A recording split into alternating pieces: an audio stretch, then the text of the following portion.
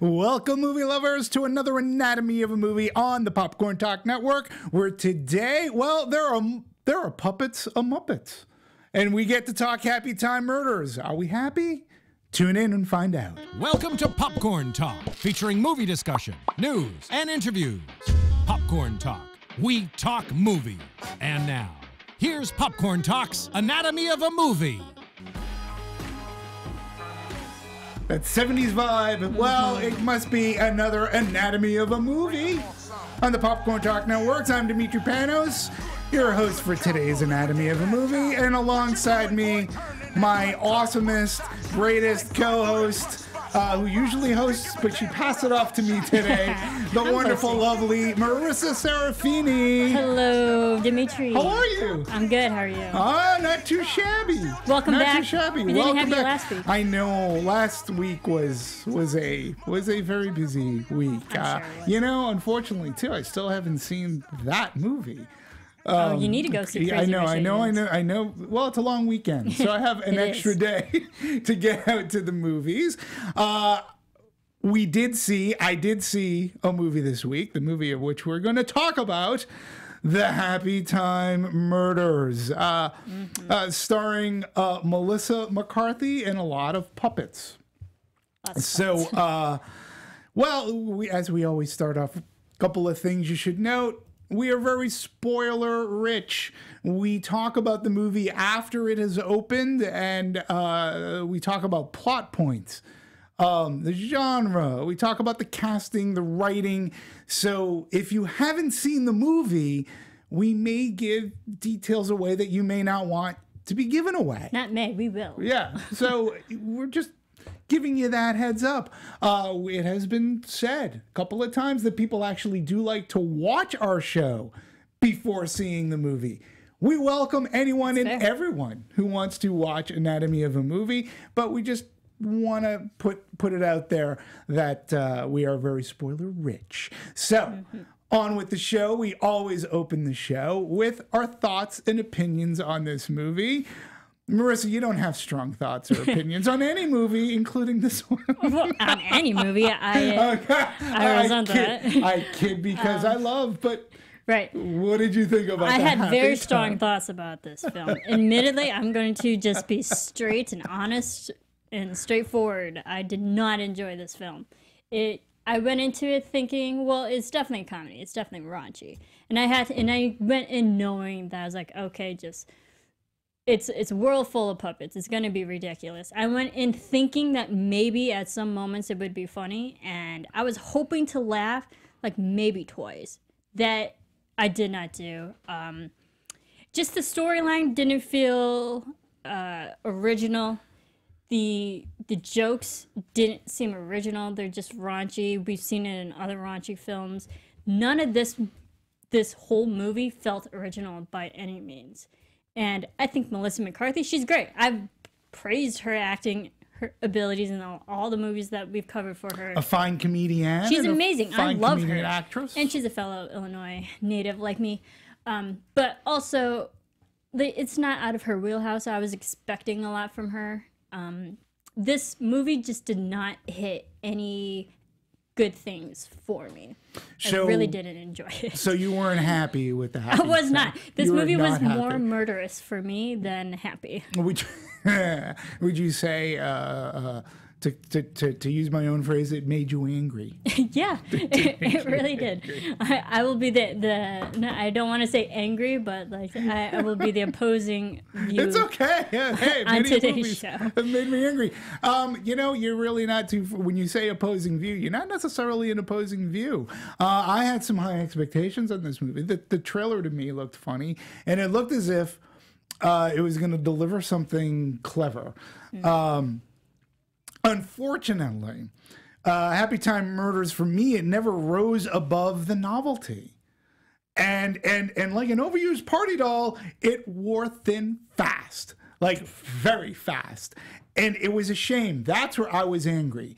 It's not that I didn't hate the movie. I hated the decisions that they made creatively because, I think if they were bold, it's not even bold. I don't think they had the courage enough to make this a noir detective kind of a movie. They right? tried. They tried. You can tell they tried. They almost, but they decided to go another route. Like, had this been more of a period piece, had there been a style, like they completely abandoned style in this movie, where there was really nothing noir about it. And there were themes there.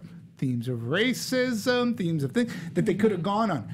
I don't mind raunch, but this movie, it seemed a conscious decision to go for the raunch for being raunch. Other than, let's have it in this world. And they set it up actually quite, I thought they set it up quite hysterically at the beginning. This is our world. But then they never rose above. And it definitely, a movie that I thought of a lot was Who Framed Roger Rabbit. Because when you think about that, that's another novelty movie where you're combining live action with animation, right? And it's a noir mystery story. But that movie was done with so much panache, and it had so much style, and the writing was so smart. You actually cared about these characters, where this movie could have been this generation's Roger Rabbit, but I'll tell you, it was no Roger Rabbit, and it for sure was no Great Muppet Caper. For sure. So, right. You know, in modern day, and again, I just felt, make this a noir movie, and I really blame, I think this is at the fault of the filmmakers on this one.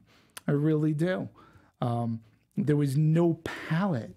Like, everything looked the same. To me, you know what? I'll even go this far, Marisa. Even though I liked it maybe a smidge more than you did, this could have been a prime STX Netflix deal. Like, yeah, I would have been fine if it was released on Netflix. Therefore, I had the option to skip it. Well, well, I'm just saying from the point of you had this budgeted movie, like STX could have made some money off of this, and they could have done one of those STX or Netflix deals. It didn't look like a movie to me. It looked cheap. It really looked cheap. And you know, I don't want to discredit the creative work of the puppeteers. Look, I've watched puppeting types of things in Sesame Street. Big fan of the Muppets. I'm sure you were as well. Yeah. I'm sure you were as well. This movie was supposed to elevate this genre, show us something different. And boy, howdy, did it do that. But would you believe, Marisa, that this has been gestating? And this is the other thing, too. For 15 years. Yeah, like 2001.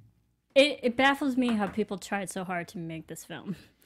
And, like, and I get that the Muppets have been around since before I was born.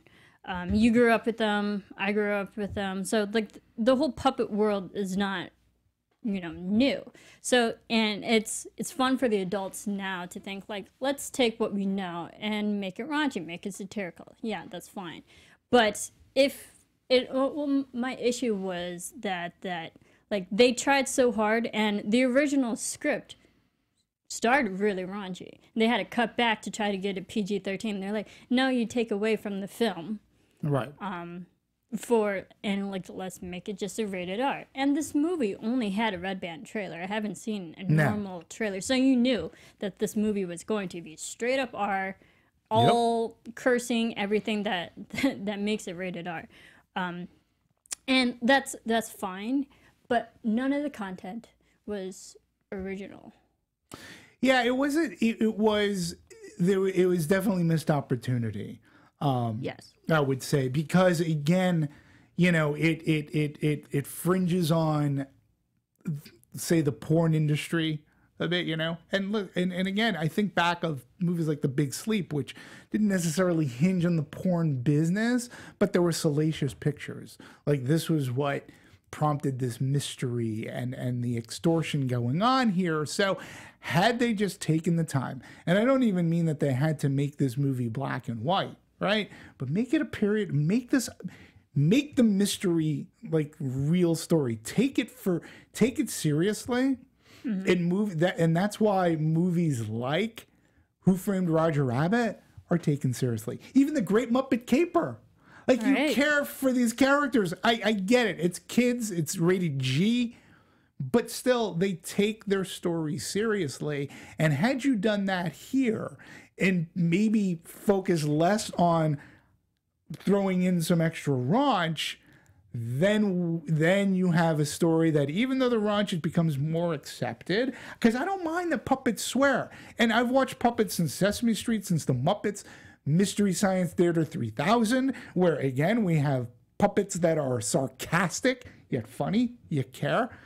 This movie, I didn't really care. Yeah, and that was also my thing. Is like the main character, which we had Bill Beretta, the puppeteer, but Phil Phillips, original name. Like, I didn't like him. I didn't like his personality. He was obviously a has-been who's bitter with the world and bitter with the characters and bitter with everyone that he interacts with. And there was really not one quality about this character. Granted, he's a Muppet, whatever, or like he's a puppet, you can say. A puppet. But if you're going to have him as a character to follow, the protagonist to follow, make him likable. And not once did I actually like him. See, I actually liked the character. And we had to follow him this entire film. See, I actually liked him because he was acerbic. And again, I liked his acerbicness. I liked that he had this backstory of being ousted on the force. And again, he was a character that, even as the puppet, well, they refer to themselves as puppets. So even as the puppet, the main puppet character of our story, he too was like going, what am I seeing here? Could you shut the drapes, please? It's like, what the fuck? You know, and I like that sort of thing. There was a lot of, he was always talking underneath his breath, which was sort of funny. The fact that they were smoking, look, from a technological side in these puppets, I thought they did a fun job. I like that character a little bit more than you did. But here's the thing that got me. Screenwriter Todd Berger, they conceived the story with D. Austin Robinson in 2001. 2001. I don't 17 know. years ago now. 17 years ago, they came up with this story, right? And you want to know where they took their cues from? LA Confidential, Training Day, and they were big fans of Seven. None of that was in this movie. I mean, none of that was in this movie. And they would have made a better movie had they stuck to this, because those are serious movies. And I don't mind making a satire, as you called, of the world. The movie Dead Men Don't Wear Plaid does a great job, pays great homage to the detective genre. This movie could have been that too. Like, I was thinking to myself going, wouldn't it be funny if all the puppets were like black and white, like a Norm movie? Like, do something clever. And when you fall back on raunch for raunch's sake, and I think this is to your point, it's not clever. It's for shock. I think they were really banking on the raunch to save them. Yes. And then I think the problem with the jokes is that the raunchiness got old within the first 5 minutes. It did. And then when a storyline didn't seem like it was going anywhere, they would throw in a raunchy or over-the-top type of situation. Right. To be like, all right, let's break up the storyline with a ridiculous moment to get people laughing. Right. And then get back to the storyline. So even the formula didn't work. But again, there were aspects of the movie, like when puppets got shot, instead of like a head splat, like it was just like the stuffing, the fluff, the fluff, right? Fluff. So I thought that was sort of funny. I also thought there was a scene with the puppets and the dogs were barking at them. Oh, ripping it apart. I have a dog. I've stopped buying my dog stuffed animal dog toys because he now can tear them apart under 24 hours. It's a waste of money. So when the puppets are telling the dog going, I don't have that squeaky thing. I don't have that squeaky thing. I was laughing. I thought that was clever. There wasn't enough of that to carry through the movie. And to your point, I think they were scared. And they said, these things aren't clever enough. We're not clever to be clever. So let's shock. And it's too bad because, again, I think with more TLC in this movie, that's where I'm most angry. The potential was there to really make a movie for like, again, you wanted to keep it R. I'm all for it. I don't care. Right. But, you know, it's just funny that as an audience today, well, it didn't seem that audiences back, what did you say, 18 years ago? 17? Yeah. Like, they Maybe had like a 17 years ago now. they had a very, very hard time selling this project from, like, just from the story concept, from, you know, they thought, like, you know, cursing puppets. And again, the Muppets have really never gone out of style. Let's be real. And Sesame Street's still around. Still around. We love the puppets and what they can do. Yes. And, you know, but this was going to take it to another place. Brian Henson, Jim Henson's son, who's directed some Muppet movies and some Muppet things. And he does, here in Southern California, he's produced a Muppet, like a puppet show. He's familiar with puppetry and getting that done. So he was the director here. But, I mean, the writers were like trying to pass it along 18 years ago when people were saying, wait, you're going to have puppets swear and have sex and cursing? That's insane. And they also said, and you think you can make a puppet movie for under $1 million? We're going to talk about the budget because it was just a little over $1 million. I'm being sarcastic. So it took a better part of a decade where people like where Berger and director Jim Henson, they got together and they started to mold and fashion this script. I mean, to me, it's amazing that this has gestated for so long, right? I mean, and to come out with what you came out with. I mean, like, I get it if you think the whole storyline of racism / discrimination, that is still relevant no matter what decade we're in. It's definitely relevant now with a lot of things that are happening. There's a lot more acceptance of different communities and people and cultures and behaviors and stuff. So if you want to take like anything away from this film, they try to at least hit the theme of discrimination, and we all have to like coexist with each other. Yeah, I get that. They definitely got that message across.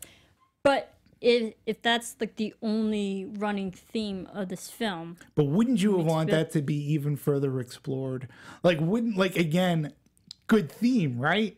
Not a theme that you would necessarily expect out of like a movie with puppets, right? Which makes it, even for me anyways, that's the perfect opportunity, because in a sense you're taking this, you're making a topic that you can play with, and you can do it in such a way that it resonates more. I see what they were going for, but it seemed so wafer thin to me. I wanted it more. Like, you could have done more.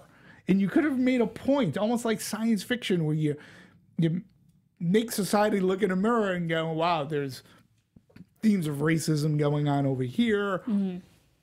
Maybe there were racist cops or whatever. It just could have been explored more. It's also like, yes, we have to coexist with each other, but they didn't really, like you said, they didn't hit it as much as they could, because the ending, when we know that Phil Phillips, they like lifted the ban on puppet cops, right, you know, because what Phil did. But that still doesn't say that people aren't accepting of the puppet community. Sure. Like, they can have normal jobs like everybody else too, but that doesn't really touch upon, like, is everyone still okay with this? Zootopia. I'm going to throw out Zootopia. Well, it's a great job. No, that's a great example. Great job of explaining how different races absolutely coexist with each other, and even at the end of that movie, people were very more accepting, and that really hit it. And that was like and G you or understood, PG. Yeah, that was rated G. You understood why it's important to accept everybody else in different races. Right. This movie, I didn't feel like that problem was ever resolved. No, and it was only, like I said, it was only like so threadbare. And it could have been something more to approach, especially if you're working on a script for 18 years. So, but there is another, you know, there's another movie too that I forgot about that dealt with puppets, that was rated R, that was very raunchy, very funny, but still very good. People look at it today and they still laugh, which is Team America, World Police. Now, Isn't it stop motion animation? No, that was like marionettes, I actually haven't seen Thunderbirds. Team Yeah, I America, mean, so I wouldn't know. and there's from the creators of South Park. And this movie has it all, and it has a funny story. Like, they should have paid more attention to things like that because it could have been done well. And, you know, I go back to, I feel bad for a lot of the creative folks behind it because we were talking about this. I think puppeteering is an art. I really do. Whether it's a ventriloquist act or whether it's puppeteering for Yoda, right? Mm-hmm. When you're able to bring life to a felt character, Kermit the Frog. Who doesn't love Kermit the Frog, right? Right. Or even Elmo. Elmo, you know? Right. Like I do have to applaud all the puppeteers. I mean, it takes a lot of work. It's mechanics, it's strength, it's skill. And it's a lot of dexterity. So like that I'm not, you know, denying whatsoever. Like it does take a team of talented people to pull off as many puppets as they did in this film. I'm not discrediting that whatsoever. Yeah, but I don't want to. At least give them good content to do something. I know, absolutely. But I want to, like, you had some information regarding the puppeteering, and I think it's important because people did put their best foot forward to make this work as puppeteers. And I think that anybody who's grown up, even if you're watching things like Muppet movies and things, like, it was a marvel to see Kermit the Frog ride a bike and then go, where are the strings? Like, how are they doing this, right? Right. Yoda, obviously, is a beloved character. So, yeah. But Elmo tapping. I'm going to keep going back to Elmo because Sesame Street was more. What did you learn about the puppeteering regarding this movie? I think it was interesting. I learned the whole snorting cocaine is an actual mechanic where they put a tubing up Melissa McCarthy's sleeve. You can't see it. It's obviously concealed.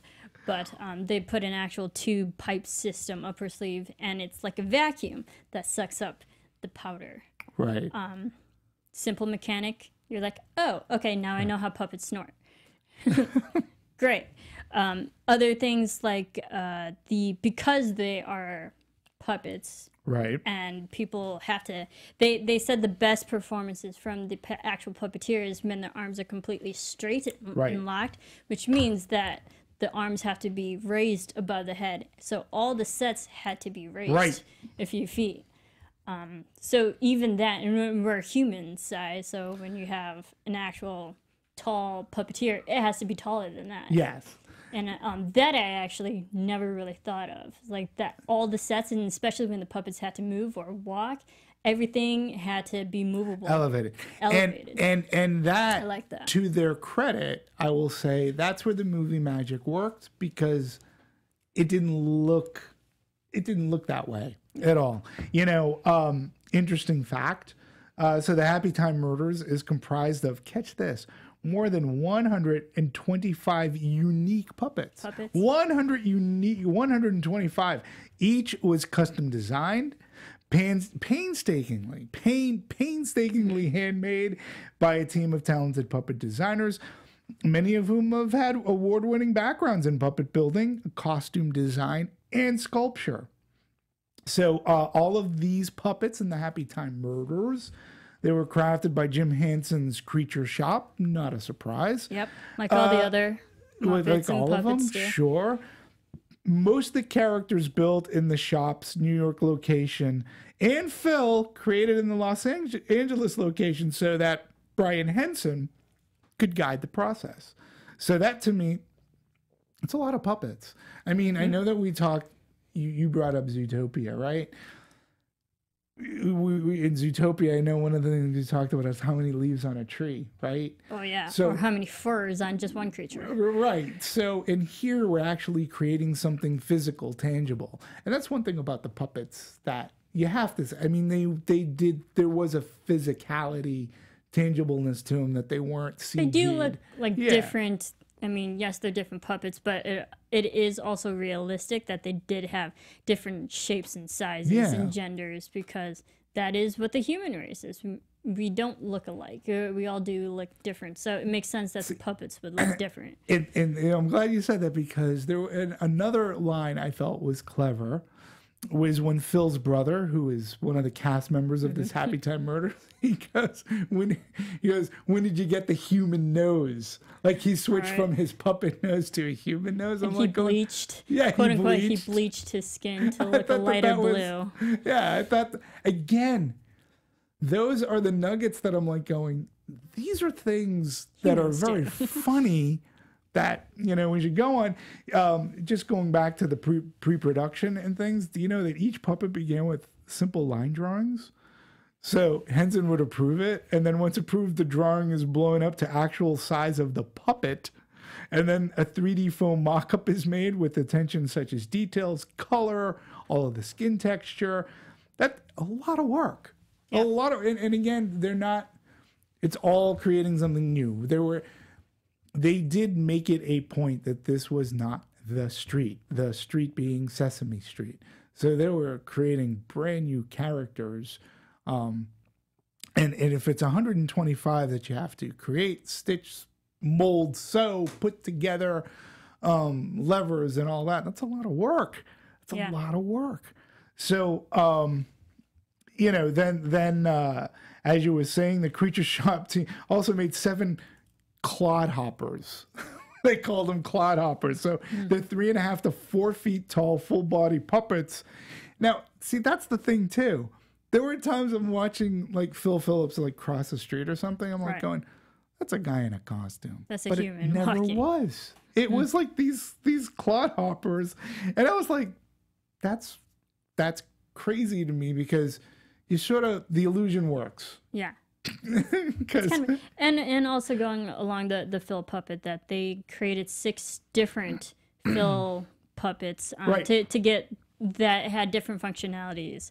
That like there was some for an underwater scene for Phil, and another one where he gets wet because some puppets soak up with water. So they actually built a lot of different types for Phil, so he can do a lot of different situations.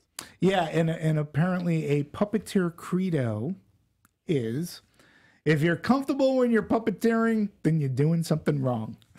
So, meaning they must contort, stretch, manipulate their bodies into multiple positions to get the right angles, allowing the camera to get the shot, and they must do it without forgetting a line of dialogue or missing a beat of their performance. Now, you mentioned this scene, you mentioned water, and that's the scene that the hot tub.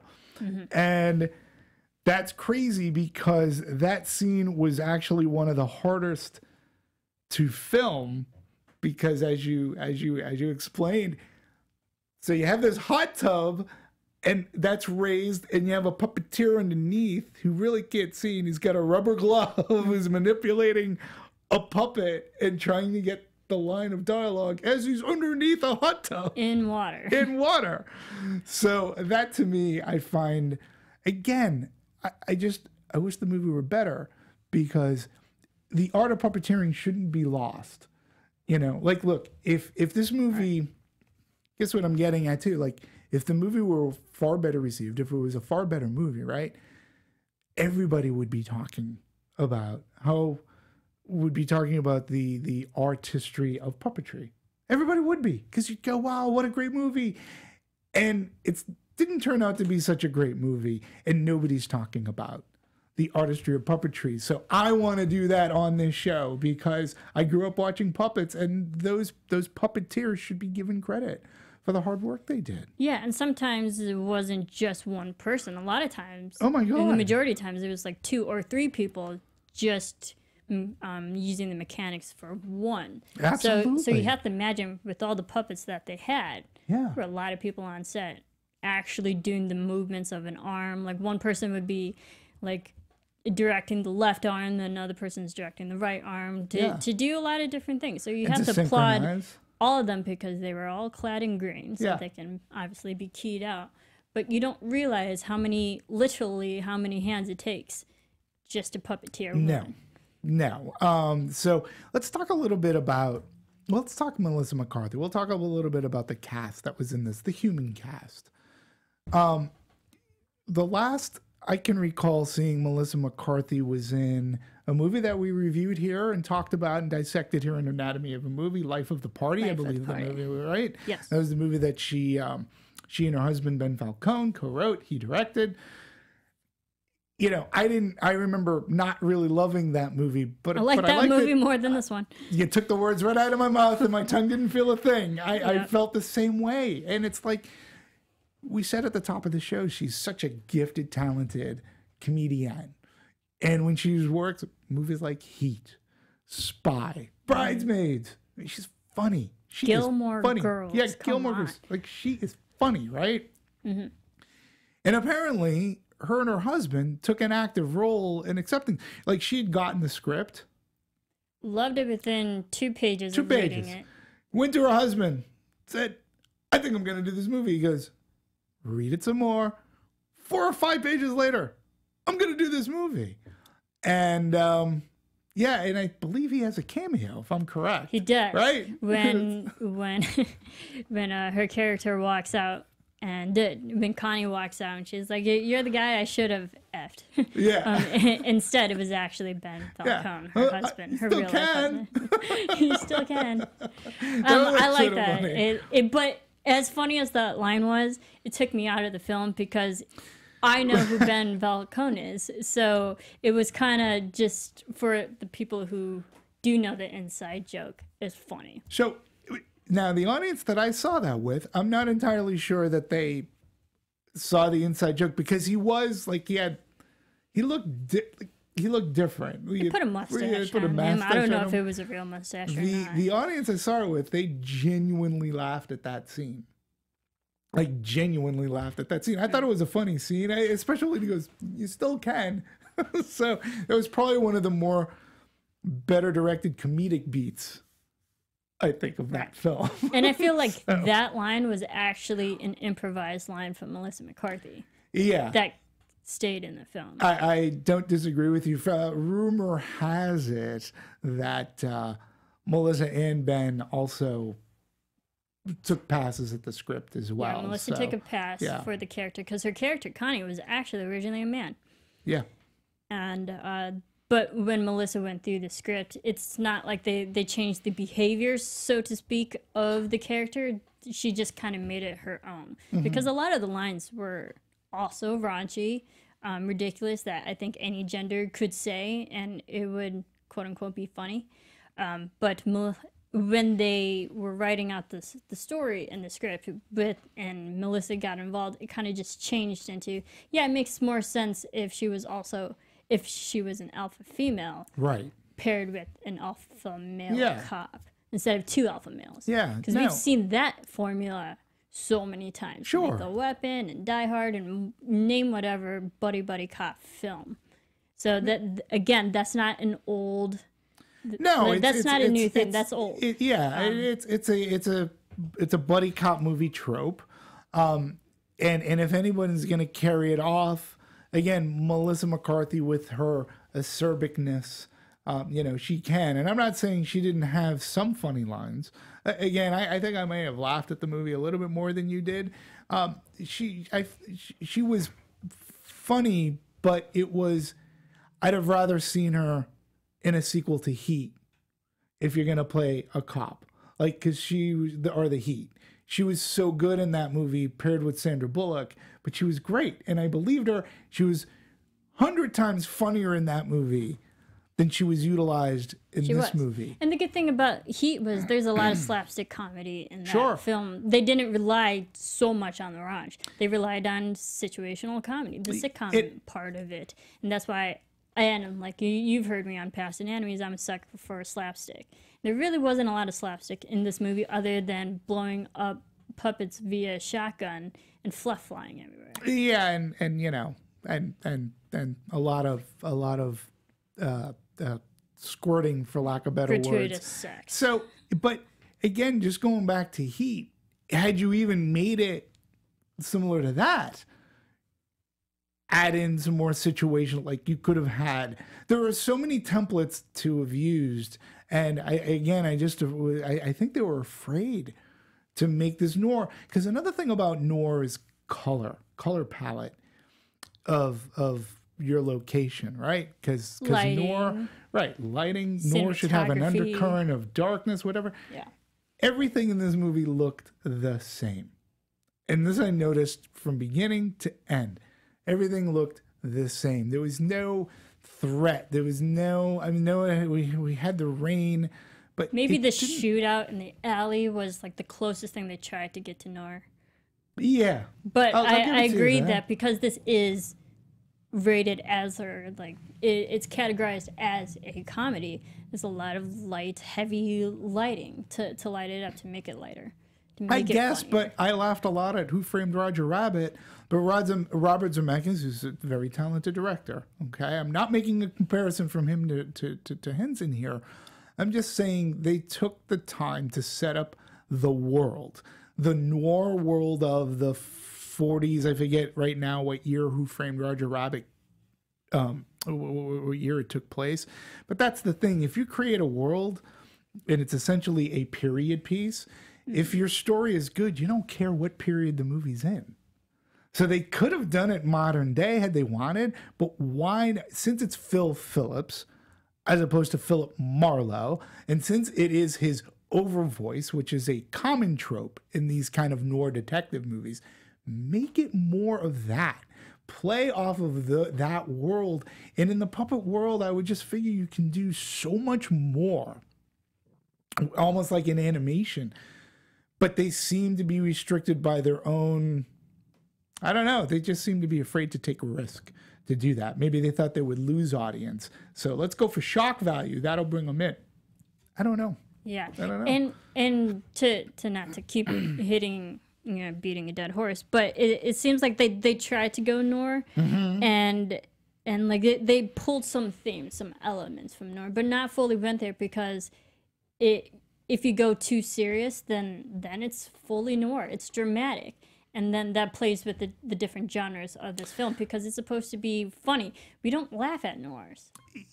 But there Generally. have been noirs that have paid homage to noirs. Like I said, Who Framed Roger Rabbit, Dead Men Don't Wear Plaid. You can make that kind of a movie and just turn it on its heels. Just be a little more creative. I will say Maya Rudolph, she's always a pleasure. She works. Bubbles. I mean, And we know Melissa Hey, McCarthy Bubbles. and Maya Rudolph are Work together. like best friends in real life. So if you see one, the other one's not too Right. far behind. I liked her. She was funny. She didn't have like any character flaws. It didn't like she coexisted with all the puppets, and she was very accepting. Also a good backup to Phil. yeah, And a great backup to Connie, especially when they were doing their recon. sure. And she added some comedy of her own. Of her own. And here's the thing, again, too, when you watch a detective movie like The Big Sleep, right? Or, a good detective has a good receptionist. And there's something there. There's a chemistry there, right? And if you're not going to go that period piece, then why are you having her dress as if she walked out of a 40s movie? That's what she was playing. So just go full period and just do it, because she fit in. She looked great in the role. She was fun to look at. And I found that of all the characters, she was the one that I was like, when she came on screen, I zeroed in on her because she looked vivacious. She looked vibrant, and she had this innocence about her. I liked her. I liked Maya Rudolph. We're going to switch a little bit. Elizabeth Banks was in this movie, who I didn't know was in this movie. Yeah, I didn't realize she was going to be in this film. I like Elizabeth like her. Banks. She's a very funny comedian. I didn't like her character, Nope.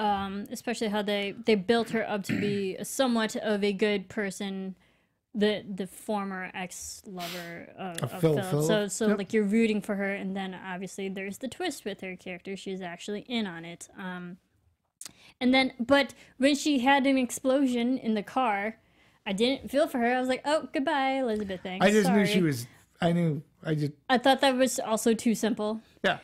So when there was the twist with her character that she was in on the whole ruse, I was like, yeah, okay, but I still don't care about you either. Anyways, but like my opinion of her never changed. Yeah, I'm with you on that. very indifferent. And again, I think it's a waste. It's wasted talent. That was poor character development. Yeah, it's and that's not a knack on Elizabeth Banks No, whatsoever. She's I think great. it's wasted talent. I mean, you could have almost gotten anybody in there. And in this kind of a movie, too, so the car blows up. And then she comes back at the end. There's usually some explanation. She's not dead. She comes back. There's usually some explanation, like, how did our detective miss that? What was the sleight of hand that she got out of the car? Never explained. She's just, oh, okay, whatever. At that point, you don't care anyways.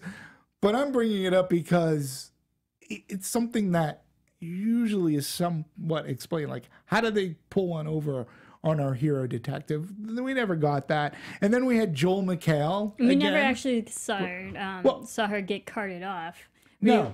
She got knocked out, and that was it. Yeah. That was it. Yeah, that's true. Like, I'd hope they catch her. And Joel McHale was in this movie. He's great at playing a dick. Yeah. This isn't the first role that he's played an a-hole. I didn't like him either. And of course, they only had him to play opposite against Phil. Right. To make Phil look like the better cop. Or the better, law enforcer. And Joel was just the common a-hole. He was like, oh, great, now I have to deal with you. Yeah, and I just felt... I couldn't say whether or not he added anything to the... and again, it wasn't his fault. He too can deliver a line. He is able to be a good comedic actor. We know this. Again, it's almost like they could have pulled anybody to play this role and be the dick character. Yeah. So, which I felt bad for. Now, I know that you didn't like Bill Beretta as the character of Phil Phillips, who happens to also be a puppeteer. Puppeteer. Bill's fine. I have no problem against Bill. But it's just go ahead. The character of Phil. So he's angry. He's bitter. We know eventually they're gonna show a soft side. He's eventually gonna let down his guard and finally partner up with Connie. Right. Melissa McCarthy's character. But we just from other movies and television and stuff, we know that there was hopefully a character arc. Right. But not once did I ever really like him. His personality, and I didn't want to follow him as the main protagonist. Yeah. See, where I did like him as a character. I like the way he was performed, particularly the way he was voiced. Bill's voice had that gruff, and I love the inner voice that oh God, just shut up, and the could you shut the curtains, please? Please, I don't need to see that. He's even in this world that he doesn't even want to see. What's going on around him too. So I don't know. I did enjoy his performance. I liked the character a little bit more than you did. But Marisa. But I don't need to see Phil having gratuitous sex with Sandra, that puppet. That was too much. That was way too much. Again, it just, I don't mind, but it was so obviously, it came at a point in the movie that it was just there to be there. Yeah, it was so unnecessary. There to be there. That's what bothered me. See, what I found the opening, one of the opening scenes, when Phillips walked into the pornography place and there was the cow and the octopus. I'm going, okay, that's very clever. And his lines were very funny. And then he's like, could you shut that, please? It's very distracting. I need to talk to you. I was like, okay, somebody did something really, to me, that was clever raunch. The scene we were talking about in the office, it was just there. It was, I don't know. It was shock to shock. And with everything else in that movie, and again, be more clever. So, the thing of it is that this movie came in at a budget of $40 million. Ugh. That's high. That's high. That's a very high film for this movie. What we only saw in this movie, there wasn't a lot of visual effects because it was all practical. A lot of it. So I'm just wondering, how the hell did they spend all the $40 million? I know it's puppets, and then I go back to our good friends Blumhouse, because they can make a movie for $3 million, Yeah. not always using some practical effects, And with better and story. make it look really good. And I said, $40 million. I go, if you're $40 million on your production budget, that means you're at the very least 80 million all in. Hard drives, advertising, whatever promotion you put into this. You are correct. They only came out with like that red band trailer, so they didn't make multiple versions Not a of lot that. of promotion.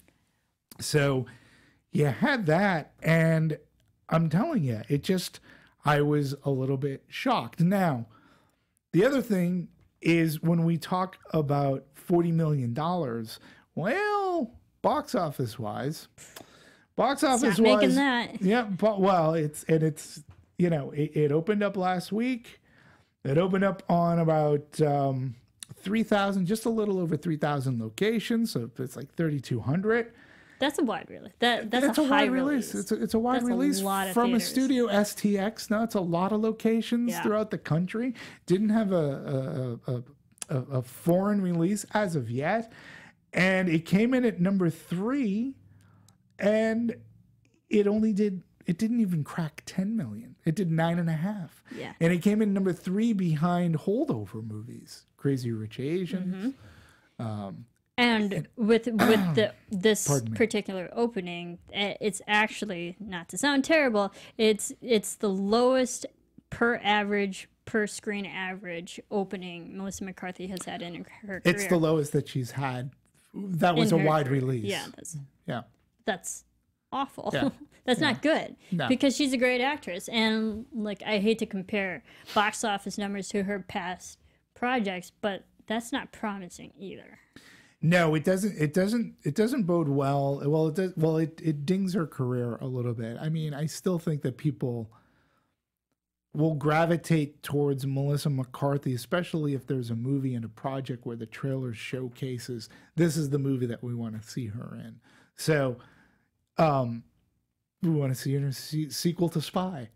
Oh, that would be great, totally right? I mean, that would be, I'd totally be down for that. But the other thing, Marissa, is we are not alone. You're not alone. We're not alone as far as, well, for Rotten Tomatoes, it was at 22% when I last checked. Fair though. That's pretty low. The only other movie that it was at 22% was Mile 22. Mile I 22. think, right?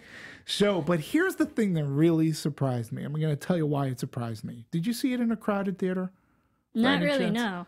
I did. I saw it at a crowded theater Wednesday evening. And by crowded, I'm going to say it was about 80% full. I'd say mine was maybe like 10 people. Oh, okay. Yeah, it was pretty low. The audience I saw it with laughed more than I did. And they laughed from beginning. They laughed throughout the entire movie. I think there might have been some people who didn't quite realize what they were walking into. I think I saw a walkout. But other than that, everybody stayed in. So I was thinking, okay, audiences are sort of like in the movie. And then I looked on CinemaScore and I saw C-. See, that's not is- good. No. I mean, that's like a grade up above a D. It is. You're right. Right? And audiences, according to CinemaScore, really didn't like this movie as much as the audience that I saw it with. I guess I'm not surprised. I don't think people, I don't know, maybe people didn't know what they were walking into. I've for a read C-. stories where parents have actually brought their children into the theater to see this movie thinking that they were going to get a Sesame Street Yeah, well, type that's... of film. Like, oh boy, you're bad. You're a bad parent. Sorry. you really... Do a little bit more Yeah. research before knowing what kind of film you Yeah. bring your children to. Yeah, Just a and- little. I mean, that's just called common sense. And I'm not a yeah. parent. I mean, it's rated R. Just because it has puppets. You know, it's... Right. You know, And literally the tag title says "No Sesame, All Street," Yeah. which they actually got a lot of controversy. Yeah. And they got sued. And they STX won. got sued Yeah. by Sesame Street, Yep. saying it was derogatory toward their to like their brand and their content. And they actually Sesame Street lost and Yeah, I STX know. won, Yep. which is very surprising. Yeah, you know, and the thing, you know, the other thing that really sucks about this too is imagine had they made a good movie, right? Because again, to me, this brings something different to the moviegoers world, right? Something different. Could have been something fun. We could maybe see more movies like had it been done well. And I'm all for it because you are seeing something that we're not akin to seeing. And again, I don't mind the puppet world at all. I don't mind that you're going rated R. Like, why not? It's clever. Do it. Do it right. But I think this movie, unfortunately, is going to kill that notion. You know, I really do. And I don't think it will. I don't think it hurts the Sesame Street brand. I don't think it hurts the Muppet brand at all. Because people aren't going to, they're going to discard this so easily that now is the time to make a good Muppet movie. Let's have another Muppet movie. Yeah, because like our generation now kind of needs it. Because I mean, we have a lot, or like the younger generation also need it / want it, because we covered the Muppet movie that came out a few years ago, Tina Fey and all that. Yeah. We know that they can make good films with better content, with a better story. Segel and Amy Adams. Yeah. And it was just so great. Fun.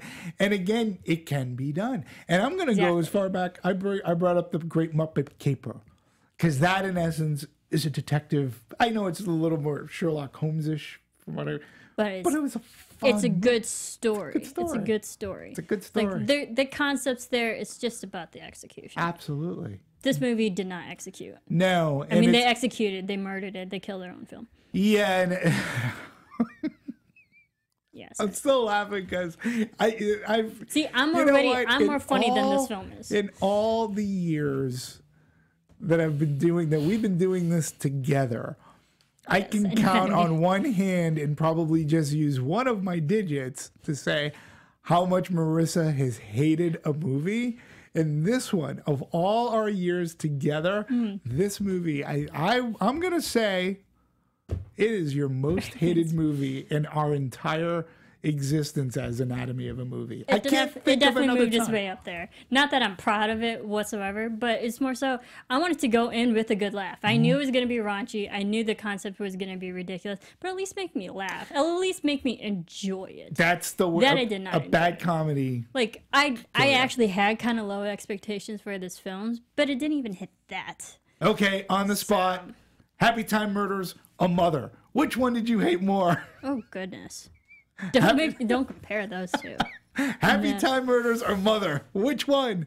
Which one? Because right now, after hearing you talk, I'm going, Happytime Murders edges it out just by a smidge. I don't know. I think they're kind of on par. They could be. Good Lord.